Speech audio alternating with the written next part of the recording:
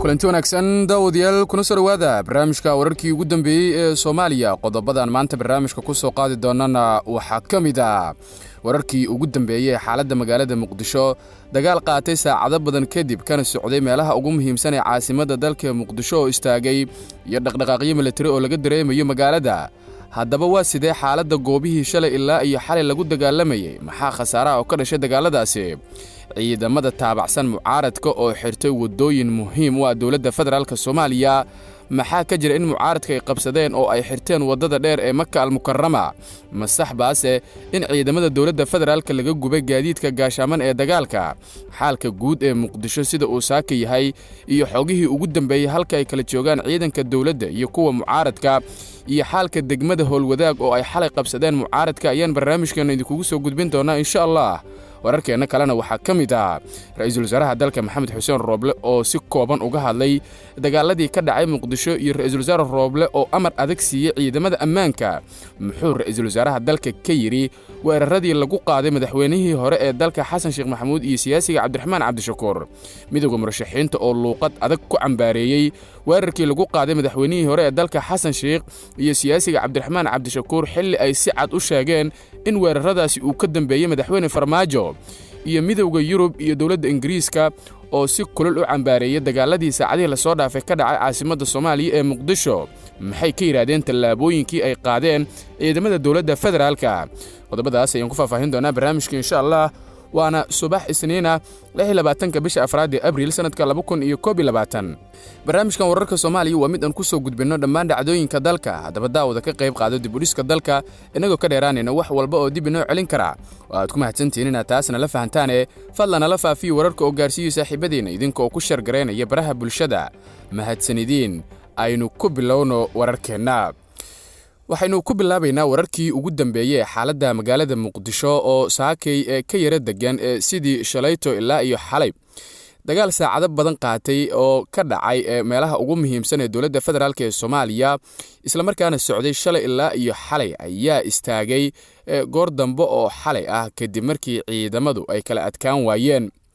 magaalada Muqdisho waxaa shalay ilaa iyo xalay ka dhacay isku horimaadyo hubaysan oo u dhaxeeya ciidamada dawladda iyo ciidamo kale oo ka soo horjeeda maamulka madaxweyne Farmaajo oo dhowaan golaha shacabka u kordhiyay muddo 2 sano goobaha ay dagaaladu ka dhaceen shalay ilaa iyo xalay waxaa ka mid ah agagaarka isgoyska Mirinaayada xaafadaha Taleex iyo qaybo ka mid ah wadada dheer ee Makka al-Mukarrama waxaana jira khasaare isugu jira dhimasho iyo dhaawac oo ka dhashay dagaaladaasi waxaa la sheegayaa in ciidamo ka tirsan booliiska Soomaaliya ay dagaaladaasi iyagu ku geeriyoodeen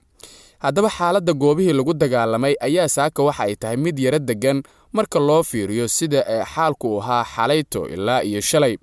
waxaa si telteela u socda dadyow badankooda u socda shaqooyinka gaarka ah iyo kuwa isku dayaya inay xaaladda qiimeeyaan isla marhaantana ka war doonaan xaalka guud ee magaalada sida saaka uu yahay goobaha ay dagaalada ka dhaceen oo ay kala deganaayeen madaxweynihii hore ee Soomaaliya Xasan Sheekh Maxamuud iyo murashax madaxweyne Cabdiraxmaan Cabdishakuur ayaa waxa ay ku eedeeyeen dawladda in ay iyadu soo weerartay isla markaana ay iska difaaceen balse waxa warkaasi beeniyay wasiirka amniga Soomaaliya Xasan Xundube Jimcaale oo isagu sheegay in aysan jirin ciidamo ka tirsan dawladda federaalka ee Soomaaliya oo weerar ku qaaday madaxweynihii hore ee dalka Xasan Sheekh Maxamuud markaan sii fiirino xaalka guud ee saaka magaalada Muqdisho sida uu yahay isku socodka dadka ayaan sidaas aan idin sheegay aan aad u badnayn dad kooban ayaana dhaqdhaqaaq wadada dheer ee la yiraahdo Makka al-Mukarrama qaybo kamid ah waxa lagu soo waramayaa in ay gacanta ku dhigeen oo ay xirteen meelaha qaar ciidamo taabacsan ee mucaaradka Soomaaliya waxaana la sheegayaa in ciidamadani ay aad u hubaysan yihiin sidoo kale waxaa xalayto la sheegay in degmada Howlwadaag ee gobolka Banaadir ay gacanta ku dhigeen ciidamo gadoodsan oo ka soo horjeeda dawladda federaalka ee Soomaaliya balse markii dambe oo xalay waliba xilli dambe ah waxa warbaahinta la hadlay gudoomiyaha degmadaas isaga oo sheegay in aysan jirin cid ka soo horjeeda dawladda Soomaaliya oo gacanta ku dhigtay balse muuqaalo laga soo duubay ka hor shirkiisa jaraa'id gudoomiyahaasi waxa lagu sheegay in ay ciidamo aan ka tirsanayn dawladda Soomaaliya kana soo horjeeda ay iyagu la wareegeen gacan ku haynta degmadaasi marka aynu fiirino khasaaraha ka dhashay ee dagaaladii shalay ilaa iyo xalay ka dhaca muqdisho waxaa la soo sheegaya inuu khasaaro jiro kaasi oo soo kala gaaray dhinacyadii dagaalamay waxaa la sheegay in ciidamada dowladda federaalk Soomaaliya askar ay halkaas uga geeriyootay inkastoo aan si sax loo sheegi karin khasaaraha ee ka dhashay dagaaladaasi waxaa sidoo kale jirta warar sheegaya in ciidamada dowladda federaalk Soomaaliya laga gubay gaadiidka gaashaaman ee dagaalka kuwaasi oo lagu gubay meelo ay ka mid yihiin wadada Cabdiqaasin oo dagaalka ugu xoogan xal intiisa badan uu ka dhacay sidoo kale waxaa la sheegay in sarkaal ka tirsan booliiska Haramcad xalayta lagu dilay dagaalkii ka dhacay isgoyska dabka iyo agagaarkiisa ee magaalada caasimadda Muqdisho si guud marka loo fiiriyo xaaladda saako ay yara degan tahay balse waxaa la dareemayaa dhaqdhaqaaqyo ciidan oo ay wadaan dhinacyada waxaa la arkayaa ciidamo daacadu waa mucaaradka oo wata qoryaha culus oo ay ka mid yihiin sabanka iyo qoryo kale oo ay kula jiraan meelaha qaar sida wadada Maka al-Mukarrama dhinaca kale xaafadaha Sanca iyo Fagax oo ay shalay soo gaareen ciidamo military ah waxa lagu soo waramayaa in halkaasi ay ka sameysteen carratuur iyo waliba sidoo kale dhufaysyo cusub maadaama ay dagaal isku diyaarinayaan haddaba wararka ku soo kordha daawadayaal wararka magaalada Muqdisho iyo xiisadda dagaal ee ka taagan wararkeena dambe ayaan idinku soo gudbin doonaa insha Allah dhinaca kale ra'iisul wasaaraha xukuumadda federaalka ah ee Soomaaliya mudane Maxamed Xuseen Rooble oo ka hadlay rabshadihii shalay ilaa iyo xalay ka dhacay magaalada Muqdisho waxa uu sheegay inay ka xun yihiin dhacdadaasi oo uu ku qeexay mid lagu khalqalgelinayay ammaanka caasimadda ra'iisul wasaare Rooble ayaa si kooban uga hadlay dhacdadaasi waxa uuna dadka iyo dhinacyada ku lugta la rabshadahaasi ugu baaqay in nabadda la qaato isla markaana nabadda loo turo ra'iisul wasaare Rooble ayaa sidoo kale faray ciidamada qaranka iyo laamaha ammaanka in ay gutaan waajibaadkooda sharciga ah ee ilaalinta nabadda iyo badqabka muwaadiniinta sidoo hadalku dhigay wax uu ciidanku ku adkeeyay inay ka hortagaan khatar walba oo lala damacsan yahay amniga ra'iisul wasaare Rooble ayaa sheegay in xukuumaddu ay aaminsan tahay in wada hadal kaliya lagu xallin karo arrimahan taagan isagoo tilmaamay in dadaalada wada hadalka uu isagu horay u bilaabay ay xukuumaddu sii xoojin doonto isla markaana uu ku rajo weyn yahay in dhammaan tabashooyinka jira guul iyo isfaham laga gaari karo ra'iisul wasaare Rooble ma uusan uga hadlin sidii la filayay in dhacdadaani uu uga hadlo maadaama ay tahay dhacdo weyn oo magaalada Muqdisho shalay ilaa iyo xalay ay dagaalo ka socdeen waliba dagaalada qaar ay ka dhacayeen meelaha ugu muhiimsan ee dowladda federaalk ee Soomaaliya ra'iisul wasaare Rooble ayaa lagu dhaliilaya arrintan waxaana la sheegayaa in uusan uga hadlin dhacdadan sidii loo baahnaa waxa uu sheegay isla marhaantana muuqaalkiisa oo ka koobnaa wax ka yar hal daqiiqo in nabadda loo turo isla marhaantana ay ka xun yihiin sida ay wax u dhaceen dadka qaar ayaana aaminsan in ra'iisul wasaaraha sidaasi looga baahnayn inuu u hadlo balse loo baahnaa in si faahfaahsan uu kaga hadlo dagaaladii shalay ilaa iyo xalay ka dhacay magaalada Muqdisho iyo hadda waxa u qorshaysan xukuumaddiisa waa hagaag barnaamijka wararkii ugu dambeeyay ee Soomaaliya ayaad la socotaan wali arrimahan ayaynu ku guda jirnaa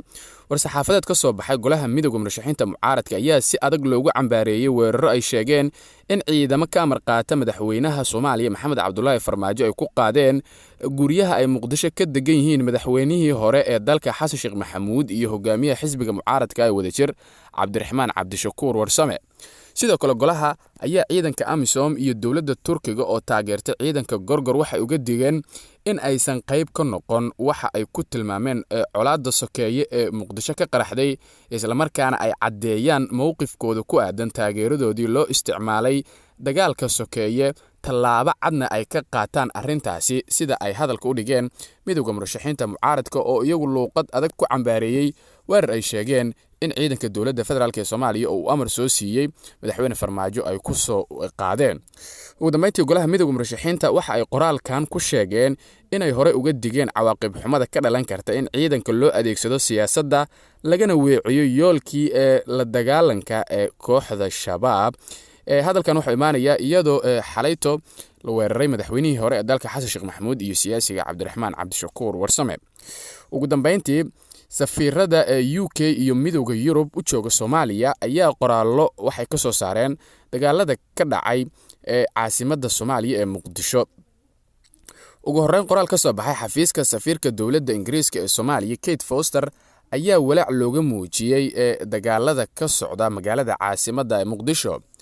wararka sheegaya rabshadaha ee Muqdisho aad ayay walaac u leeyihiin waxaan ku baaqaynaa deganaan iyo isxakameyn wadahadallo nabadeed ayay ku jirtaa danta Soomaaliya ayaa lagu yiri qoraalka ka soo baxay safiirka Ingiriiska ee Soomaaliya gabadha la yiraahdo Kate Foster. dhinaca kale qoraal uu soo saaray danjiraha midowga Yurub ee Soomaaliya Nicholas Berlanga waxaa lagu yiri aad ayaan uga walaacsannahay dhacdooyinka ka socda Muqdisho. Danta guud waxay ku jirtaa isxakamaynta oo ugu sarreysa ilaalin hay'adaha la wada leeyahay iyo wada hadallo. Rabshadaha ma ahan wax la aqbali karo, kuwa ka mas'uulka ahna waa la xisaabtami doona ayuu yiri Nicholas Berlanga oo ah safiirka midowga Yurub ee Soomaaliya. Damooyinka dhaca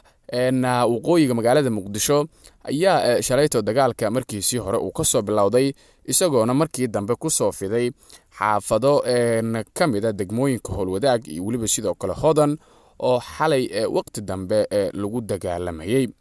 qodobkaasi ayaa ugu dambeeyay warkeena tan iyo warkan war lamida inta aynu dib ugu kulmi doono sidaas iyo nabadgelyo.